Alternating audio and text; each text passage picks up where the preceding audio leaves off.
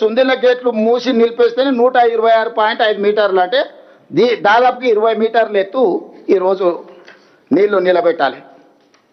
ఇట్లాంటిది ఇప్పుడు దీన్ని మీరు ఏమీ చేయకుండా ఈడ గేట్లు ముయ్యకుండా, ఈ గేట్లు కూడా ముయ్యడానికి వీల్లేదు. ఎన్డీఎస్ఏ రిపోర్ట్ ప్రకారం ఈ గేట్లు ముయ్యకుంటే ఈడ నీళ్లు పోస్తే మళ్ళీ ఒకవేళ సుందిళ్ళలో నువ్వు నీళ్లు తెచ్చిపోసినా ఈ సుందిళ్ళ అన్నారంలోకి వస్తుంది, అన్నారం నీళ్లు మేడిగడ్డలకు వస్తాయి, మేడిగడ్డ నీళ్లు గోదావరిలోకి పోతాయి, బంగాళాఖాతానికి పోతాయి.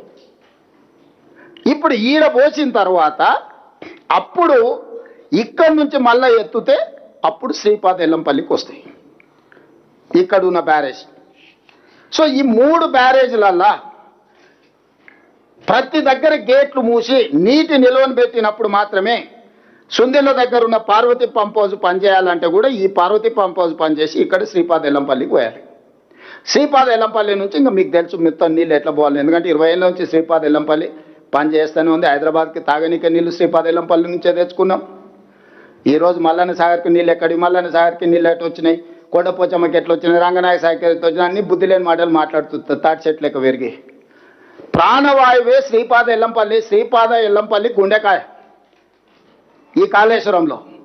మేడిగడ్డ వెన్నుపూస ఇరిగిపోయింది, మనిషి ఎల్లెలో వాళ్ళు పట్టుకున్నాడు.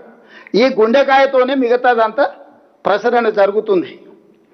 ఈ రకంగా ప్రాజెక్టు ఉంటే ప్రజల్ని తప్పుదోవ పట్టించి ఇప్పుడు మీరు ఎత్తుతారా లేదా, మీరు పోస్తారా లేదా, మేము మిమ్మల్ని బెదిరిస్తాం, మీరు మాకు లొంగి ఉండాలి, 118 మీటర్ల నుంచి ఉండి 126 అంటే 8.5 మీటర్లు ఎత్తు అన్నారంలో కూడా నీళ్లు నిల్వ పెట్టాలి.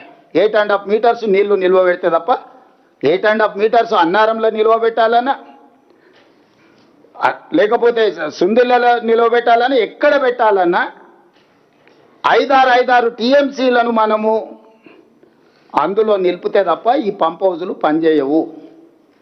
ఇప్పుడు ఆ గేట్లే ముయ్యొద్దని ఎన్డీఎస్ఏ చెప్తే లేదు మీరు గేట్లు ముయ్యకున్నా సరే నీళ్ళు ఎత్తవచ్చు, మీరు కన్నెపల్లి నుంచి నీళ్ళు ఎత్తుతారా లేరా అంటే మీడియా మిత్రులారా మీరు చెప్పండి. కన్నెపల్లి దగ్గర ఎత్తడానికే లేదు.